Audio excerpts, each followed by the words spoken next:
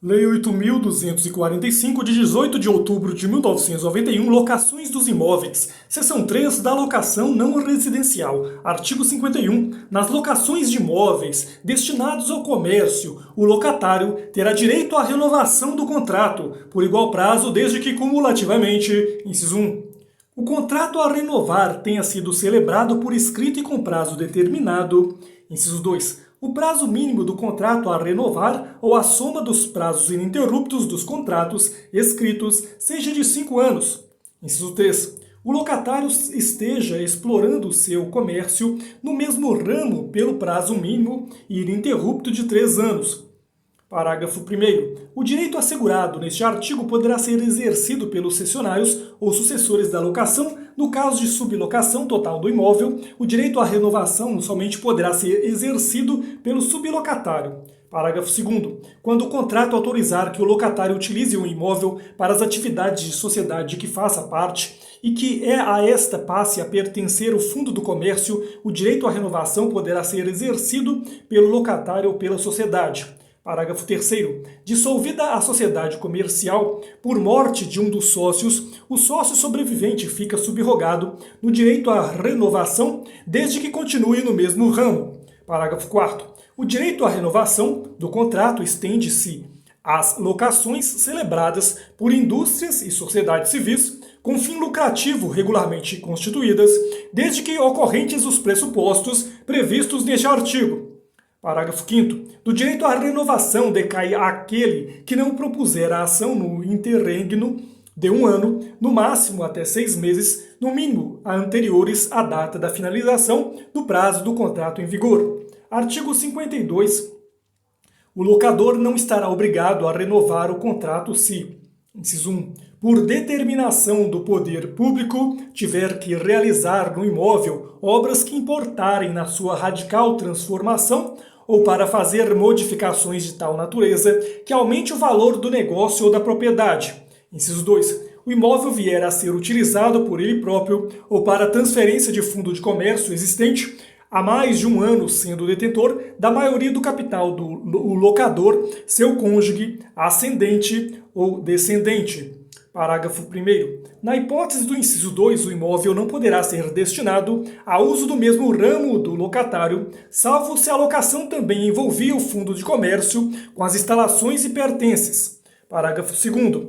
Nas locações de espaço em shopping centers, o locador não poderá recusar a renovação do contrato com fundamento no inciso 2 deste artigo. Parágrafo 3º. O locatário terá direito à indenização para ressarcimento dos prejuízos e dos lucros cessantes que tiver que arcar com mudança, perda do lugar e desvalorização do fundo de comércio, se a renovação não ocorrer em razão de proposta de terceiro em melhores condições, ou se o locador, no prazo de 3 meses da entrega do imóvel, não der o destino alegado ou não iniciar as obras determinadas pelo poder público ou que declarou pretender realizar.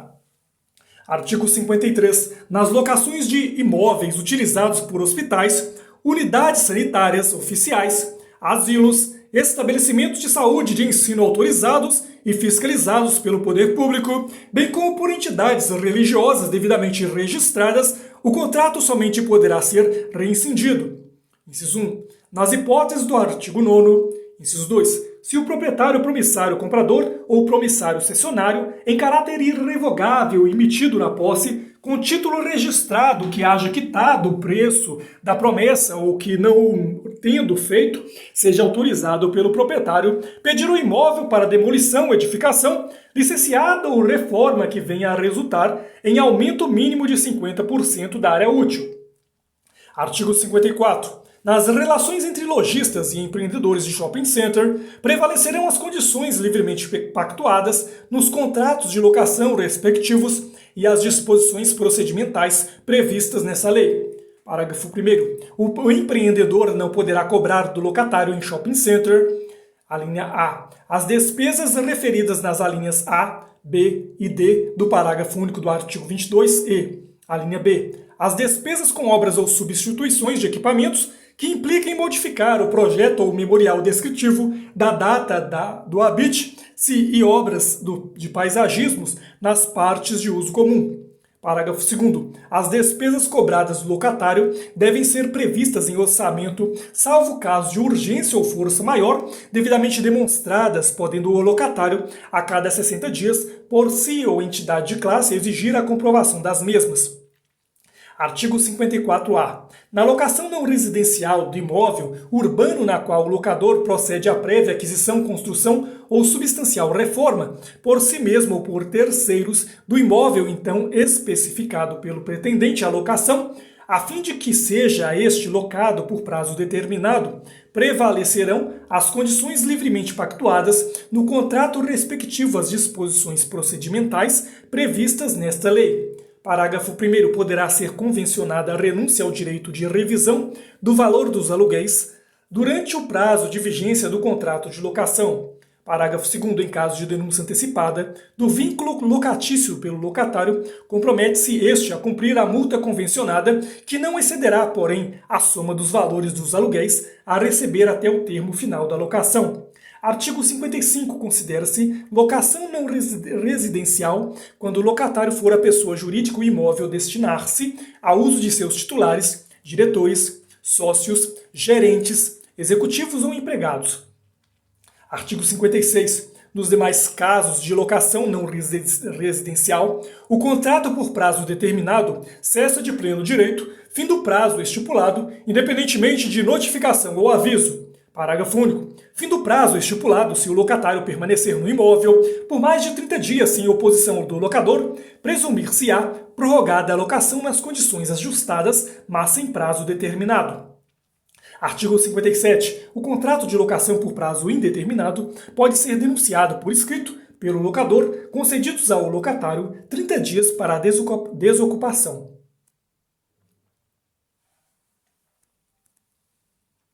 Título 2 dos procedimentos, capítulo 1 das disposições gerais.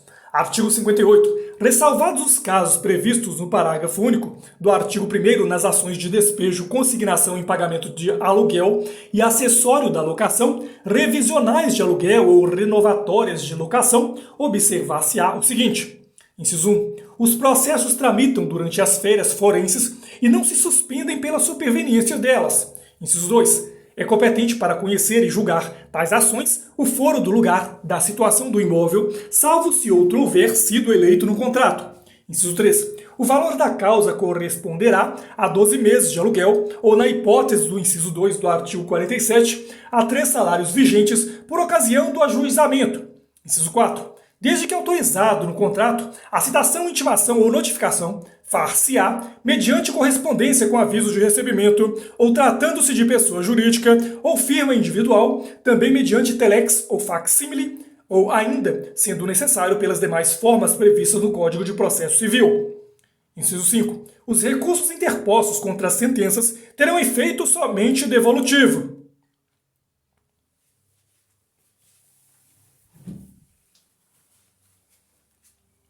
Capítulo 2 das ações de despejo. Artigo 59. Com as modificações constantes deste capítulo, as ações de despejo terão um rito ordinário.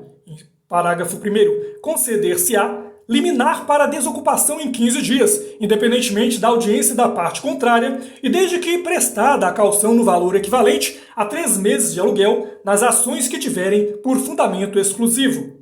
Inciso 1. O descumprimento do mútuo acordo, artigo 9º, inciso 1, celebrado por escrito e assinado pelas partes e por 2 testemunhas no qual tenha sido ajustado o prazo mínimo de 6 meses para desocupação contado da assinatura do instrumento. Inciso 2. O disposto no inciso 2 do artigo 47, havendo prova escrita da rescisão do contrato de trabalho ou sendo ela demonstrada em audiência prévia. Inciso 3. O término do prazo da locação para a temporada, tendo sido proposta a ação de despejo em até 30 dias após o vencimento do contrato. Inciso 4. A morte do locatário sem deixar sucessor legítimo na locação, de acordo com o referido no inciso 1 do artigo 11, permanecendo no imóvel pessoas não autorizadas por lei. Inciso 5. A permanência do sublocatário do imóvel, extinta a locação celebrada com o locatário, Inciso 6. O disposto no inciso 4 do artigo 9º, havendo a necessidade de se produzir reparações urgentes do imóvel, determinadas pelo poder público, que não possam ser normalmente executadas com a permanência do locatário, ou podendo ele se recuse a consenti-las. Inciso 7. O término do prazo notificatório, previsto no parágrafo único do artigo 40, sem apresentação de nova garantia apta a manter a segurança inaugural do contrato. Inciso 8. O término do prazo da locação não residencial, tendo sido proposta a ação em até 30 dias do termo e do cumprimento de notificação comunicando o intento de retomada. Inciso 9. A falta de pagamento de aluguel e acessórios da locação, no vencimento estando o contrato desprovido de qualquer das garantias previstas no artigo 37, por não ter sido contratada ou em caso de extinção ou pedido de exoneração dela, independentemente de motivo. Parágrafo 2º. Qualquer que seja o fundamento da ação, dar-se-á ciência do pedido aos sublocatários, que poderão intervir no processo como assistentes. Parágrafo 3º. No caso do inciso 4 do parágrafo 1º deste artigo, poderá o locatário evitar a rescisão da locação e elidir a liminar da desocupação se, dentro de 15 dias, concedidos para a desocupação do imóvel, independentemente de cálculo efetuar depósito judicial que contemple a totalidade dos valores devidos na forma prevista no inciso 2 do artigo 62. Artigo 60. Nas ações de despejo fundadas no inciso 4 do artigo 9º, inciso 4 do artigo 47 e inciso 2 do artigo 53, a petição inicial deverá ser instruída com prova da propriedade do imóvel ou do compromisso registrado. Artigo 61. Nas ações fundadas no parágrafo 2º do artigo 46 e dos incisos 3 e 4 do artigo 47, se o locatário, no prazo da contestação, manifestar sua concordância com a desocupação do imóvel, o juiz acolherá o pedido fixando o prazo de 6 meses para a desocupação contado da citação, impondo ao vencido a responsabilidade pelas custas e honorários advocatícios de 20% sobre o valor dado à causa. Se a desocupação ocorrer dentro do prazo fixado, o réu ficará isento dessa responsabilidade. Caso contrário, será expedido mandado de despejo. Artigo 62. Nas ações de despejo fundadas na falta de pagamento de aluguel e acessórios da locação, de aluguel provisório, de diferenças de aluguéis ou somente de quaisquer dos acessórios da locação, observar-se-á o seguinte. Inciso 1. O pedido de rescisão da locação poderá ser cumulado com o pedido de cobrança dos aluguéis e acessórios da locação. Nessa hipótese, citar-se-á o locatário para responder ao pedido de rescisão e o locatário e os fiadores para responderem ao pedido de cobrança, devendo ser apresentado com a inicial cálculo discriminado do valor do débito. Inciso 2. O locatário e o fiador poderão evitar a rescisão da locação efetuando o prazo de 15 dias, contado da citação e pagamento do débito atualizado, independentemente de cálculo e mediante depósito judicial, incluídos, a linha A, os aluguéis e acessórios da locação que vencerem até a sua efetivação.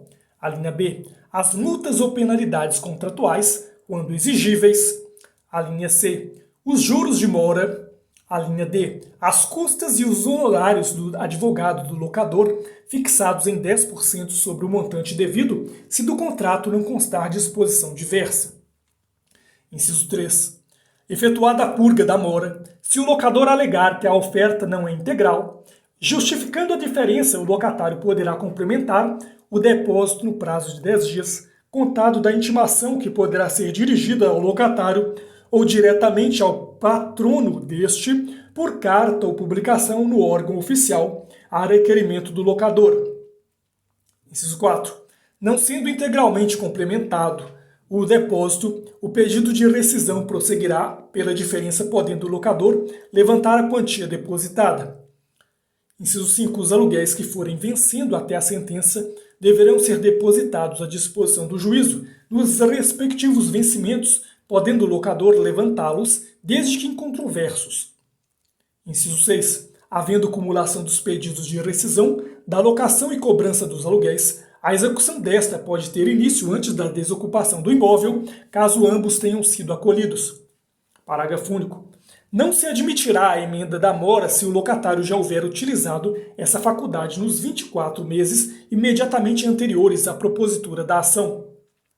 Artigo 63. Julgada procedente a ação de despejo, o juiz determinará a expedição de mandado de despejo, que conterá o prazo de 30 dias para a desocupação voluntária, ressalvado o disposto nos parágrafos seguintes. Parágrafo 1º, o prazo será de 15 dias se: a linha A, entre a citação e a sentença de primeira instância houverem decorrido mais de 4 meses, ou, a linha B, o despejo houver sido decretado com fundamento no artigo 9º ou no parágrafo 2º do artigo 46. Parágrafo 2º. Tratando-se de estabelecimento de ensino autorizado e fiscalizado pelo poder público, respeitado o prazo mínimo de 6 meses e o máximo de 1 ano, o juiz disporá de modo que a desocupação coincida com o período de férias escolares.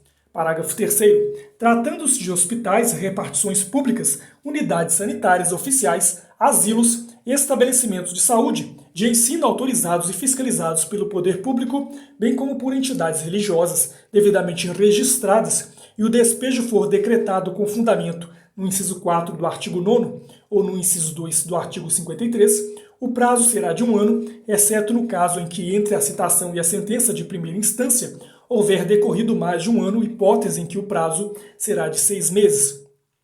Parágrafo 4º. A sentença que decretar o despejo fixará o valor da caução para o caso de ser executada provisoriamente. Artigo 64. Salvo nas hipóteses das ações fundadas no artigo 9º, a execução provisória do despejo dependerá de caução não inferior a 6 meses, nem superior a 12 meses do aluguel, atualizado até a data da prestação da caução. Parágrafo 1º. A caução poderá ser real ou fidejussória e será prestada nos autos da execução provisória. Parágrafo 2º. Ocorrendo a reforma da sentença ou da decisão que concedeu liminarmente o despejo, o valor da caução reverterá em favor do réu como indenização mínima das perdas e danos, podendo este reclamar em ação própria a diferença pelo que a exceder. Artigo 65. Fim do prazo assinado para a desocupação, contado da data da notificação, será efetuado o despejo, se necessário, com emprego de força, inclusive arrombamento. Parágrafo 1º. Os imóveis e utensílios serão entregues à guarda do depositário, se não os quiser retirar o despejado. Parágrafo 2º. O despejo não poderá ser executado até o 30º dia seguinte ao do falecimento do cônjuge, ascendente, descendente ou irmão de qualquer das pessoas que habitem o imóvel. Artigo 66. Quando o imóvel for abandonado após ajuizada a ação, o locador poderá emitir-se na posse do imóvel.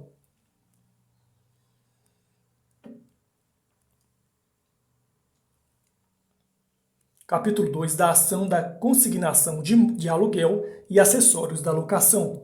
Artigo 67. Na ação de objetivar o pagamento dos aluguéis e acessórios da locação mediante consignação, será observado o seguinte: inciso 1. A petição inicial, além dos requisitos exigidos pelo artigo 282 do Código de Processo Civil, deverá especificar os aluguéis e acessórios da locação com indicação dos respectivos valores. Inciso 2. Determinada a citação do réu, o autor será intimado a, no prazo de 24 horas, efetuar o depósito judicial da importância indicada na petição inicial sob pena de ser extinto o processo. Inciso 3. O pedido envolverá a quitação das obrigações que vencerem durante a tramitação do feito e até ser prolatada a sentença de primeira instância, devendo o autor promover os depósitos nos respectivos vencimentos. Inciso 4. Não sendo oferecida a contestação, ou se o locador receber os valores depositados, o juiz acolherá o pedido, declarando quitadas as obrigações, condenando o réu ao pagamento das causas, das custas e honorários de 20% do valor dos depósitos. Inciso 5. A contestação do locador, além da defesa de direito que possa caber, ficará adstrita quanto à matéria de fato, a linha A. Não ter havido recusa ou mora em receber a quantia devida. A linha B. Ter sido justa a recusa. A linha C. Não ter sido efetuado o depósito no prazo ou no lugar do pagamento. A linha D. Não ter sido o depósito integral. Inciso 6. Além de contestar, o réu poderá, em reconvenção, pedir o despejo e a cobrança dos valores, objeto da consignatória ou da diferença do depósito inicial, na hipótese de ter sido alegado não ser o mesmo integral. Inciso 7. O autor poderá complementar o depósito inicial no prazo de 5 dias contados da ciência do oferecimento da resposta com acréscimo de 10% sobre o valor da diferença. Se o tal ocorrer, o juiz declarará quitadas as obrigações, elidindo a rescisão da locação, mas imporá ao autor reconvindo a responsabilidade pelas custas e honorários advocatícios de 20% sobre o valor dos depósitos. Inciso 8. Havendo na reconvenção cumulação dos pedidos de rescisão, da alocação e cobrança dos valores objeto de consignatória, a execução desta somente poderá ter início após obtida a desocupação do imóvel, caso ambos tenham sido acolhidos. Parágrafo único. O réu poderá levantar a qualquer momento as importâncias depositadas sobre as quais não penda controvérsia.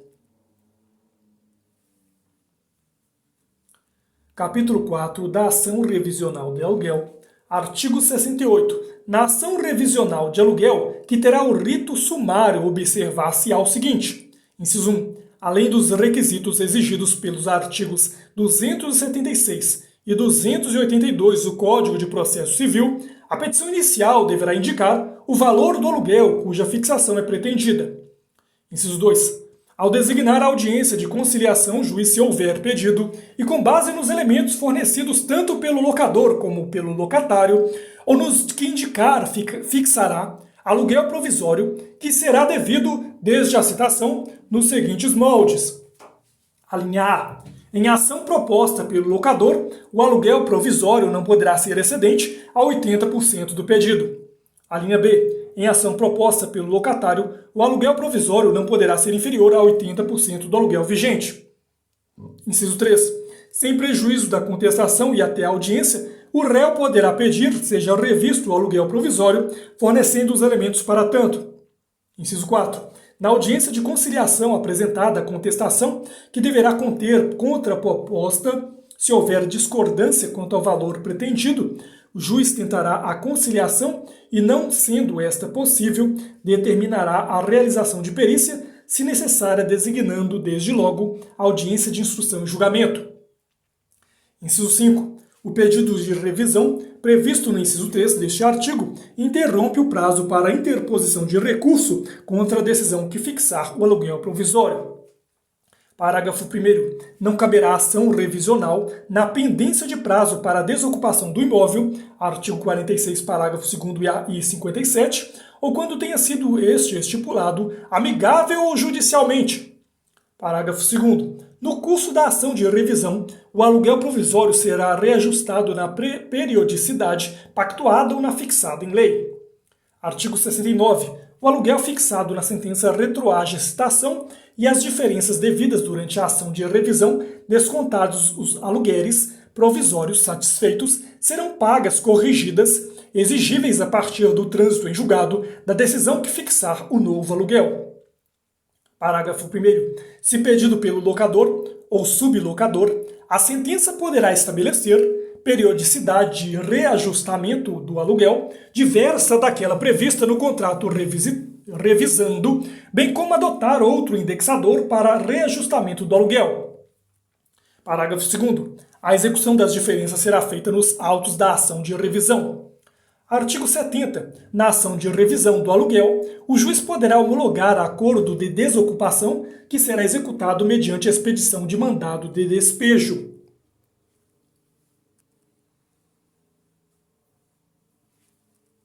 Capítulo 5 da ação renovatória. Artigo 71. Além dos demais requisitos exigidos no artigo 282 do Código de Processo Civil, a petição inicial da ação renovatória deverá ser instruída com, inciso 1, prova do preenchimento dos requisitos do inciso 1, 2 e 3 do artigo 51.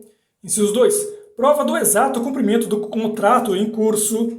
Inciso 3, prova da quitação dos impostos e taxas que incidiram sobre o imóvel e cujo pagamento lhe incumbia. Inciso 4, indicação clara e precisa das condições oferecidas para a renovação da locação. Inciso 5. Indicação do fiador quando houver no contrato a renovar e quando não for o mesmo, com indicação do nome ou denominação completa, número de sua inscrição no Ministério da Fazenda, endereço e, tratando-se de pessoa natural, a nacionalidade ou estado civil, a profissão e o número da carteira de identidade, comprovando desde logo, mesmo que não haja alteração do fiador, a atual idoneidade financeira. Inciso 6. Prova de que o fiador do contrato ou que o substituir na renovação aceita os encargos da fiança, autorizada por seu cônjuge se casado for. Inciso 7. Prova, quando for o caso, de ser cessionário ou sucessor em virtude de título oponível ao proprietário.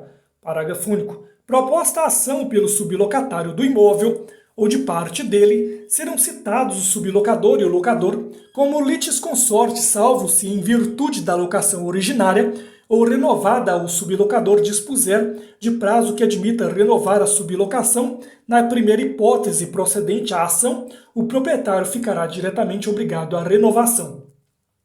Artigo 72. A contestação do locador, além da defesa do direito que possa caber, ficará adstrita quanto à matéria de fato ao seguinte: inciso 1. Não preencher o autor os requisitos estabelecidos nesta lei. Inciso 2. Não atender à proposta do locatário, o valor locativo real do imóvel na época da renovação, excluída a valorização trazida por aquele ao ponto ou lugar. Inciso 3. Ter proposta de terceiro para alocação em condições melhores. Inciso 4. Não estar obrigado a renovar a locação, incisos 1 e 2 do artigo 52. Parágrafo 1º. No caso do inciso 2, o locador deverá apresentar, em contraproposta, as condições de locação que repute compatíveis com o valor locativo real e atual do imóvel. Parágrafo 2º. No caso do inciso 3, o locador deverá juntar prova documental da proposta do terceiro subscrita por este e por duas testemunhas, com clara indicação do ramo a ser explorado, que não poderá ser o mesmo do locatário.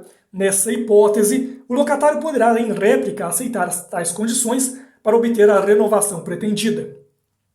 Parágrafo 3º. No caso do inciso 2 do artigo 52, a contestação deverá trazer prova da determinação do poder público ou relatório pormenorizado das obras a serem realizadas e da estimativa de valorização que sofrerá o imóvel, assinado por engenheiro devidamente habilitado.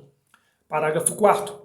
Na contestação, o locador ou sublocador poderá pedir ainda a fixação de aluguel provisório para vigorar a partir do primeiro mês o prazo do contrato a ser renovado não excedente a 80% do pedido, desde que apresentados elementos hábeis para aferição do justo valor do aluguel. Parágrafo 5º. Se pedido pelo locador ou sublocador, a sentença poderá estabelecer periodicidade de reajustamento do aluguel diversa daquela prevista no contrato renovando, bem como adotar outro indexador para reajustamento do aluguel. Artigo 73. Renovada a locação, as diferenças dos aluguéis vencidos serão executadas nos próprios autos da ação e pagas de uma só vez. Artigo 74. Não sendo renovada a locação, o juiz determinará a expedição de mandado de despejo que conterá o prazo de 30 dias para a desocupação voluntária, se houver pedido na contestação. Artigo 75. Na hipótese do inciso 3 do artigo 72, a sentença fixará desde logo a indenização devida ao locatário em consequência da não prorrogação da locação, solidariamente devida pelo locador e o proponente. Título 3 das disposições finais e transitórias. Artigo 76. Não se aplicam as disposições destas leis ao processos em curso. Artigo 77. Todas as locações residenciais que tenham sido celebradas anteriormente à vigência desta lei serão automaticamente prorrogadas por tempo indeterminado ao término do prazo ajustado no contrato. Artigo 78. As locações residenciais que tenham sido celebradas anteriormente à vigência desta lei, que já vigorem ou venham a vigorar por prazo indeterminado, poderão ser denunciadas pelo locador, concedido o prazo de 12 meses para a desocupação. Parágrafo único. Na hipótese de ter havido revisão judicial ou amigável do aluguel, atingindo o preço do mercado, a denúncia somente poderá ser exercitada após 24 meses da data da revisão, se esta ocorreu nos 12 meses anteriores à data da vigência desta lei. Artigo 79. No que for omissa esta lei, aplicam-se as normas do Código Civil e do Código de Processo Civil. Artigo 80. Para os fins do inciso 1 do artigo 98 da Constituição Federal, as ações de despejo poderão ser consideradas como causas cíveis de menor complexidade. Artigo 81. O inciso 2 do artigo 167 e o artigo 169 da Lei nº 6.015, de 31 de dezembro de 1973, passam a vigorar com as seguintes alterações. Artigo 167, inciso 2, do contrato de locação para os fins do exercício de direito de preferência. Artigo 169, inciso 3. O registro previsto no número 3 do inciso 1 do artigo 167 e a averbação prevista no número 16 do inciso 2º do artigo 167 serão efetuados no cartório onde o imóvel esteja matriculado, mediante a apresentação de qualquer das vias do contrato, assinados pelas partes e subscrito por 2 testemunhas, bastando a coincidência entre o nome de um dos proprietários e o locador. Artigo 82. O artigo 3º da Lei 8.009, de 29 de março de 1990, passa a vigorar, acrescido do seguinte inciso 7. Artigo 3º, inciso 7. Por obrigação decorrente de fiança concedida em contrato de locação, artigo 84, ao artigo 24 da Lei 4.591, de 16 de dezembro de 1964, fica acrescido o seguinte parágrafo 4º, artigo 24. Nas decisões da Assembleia que envolvam despesas ordinárias do condomínio, o locatário poderá votar, caso o locador a ela não compareça. Artigo 84. Reputam-se válidos os registros dos contratos de locação de imóveis realizados até a data da vigência desta lei. Artigo 85. Nas locações residenciais, é livre a convenção do aluguel quanto a preço, periodicidade, indexador de reajustamento, vedada a vinculação à variação do salário mínimo, variação cambial e moeda estrangeira. Inciso 1. Dos imóveis novos, com habite-se concedido a partir da entrada em vigor desta lei.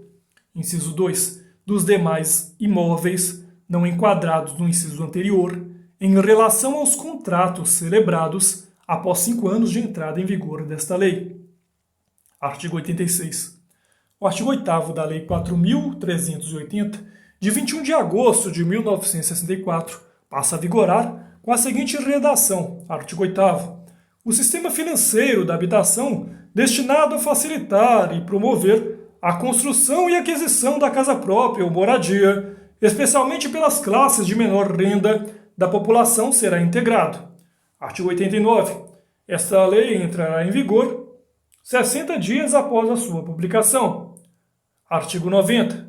Revogam-se as disposições em contrário, especialmente, inciso 1, o Decreto número 24.150, de 20 de abril de 1934, inciso 2, a Lei número 6.239, de 19 de setembro de 1975, inciso 3, a Lei número 6.649, de 16 de maio de 1979, inciso 4, a Lei número 6.698, de 15 de outubro de 1979, inciso 5, a Lei nº 7.355, de 31 de agosto de 1985. Inciso 6. A Lei nº 7.538, de 24 de setembro de 1986. Inciso 7. A Lei nº 7.612, de 9 de julho de 1987. E, inciso 8. A Lei nº 8.157, de 3 de janeiro de 1991.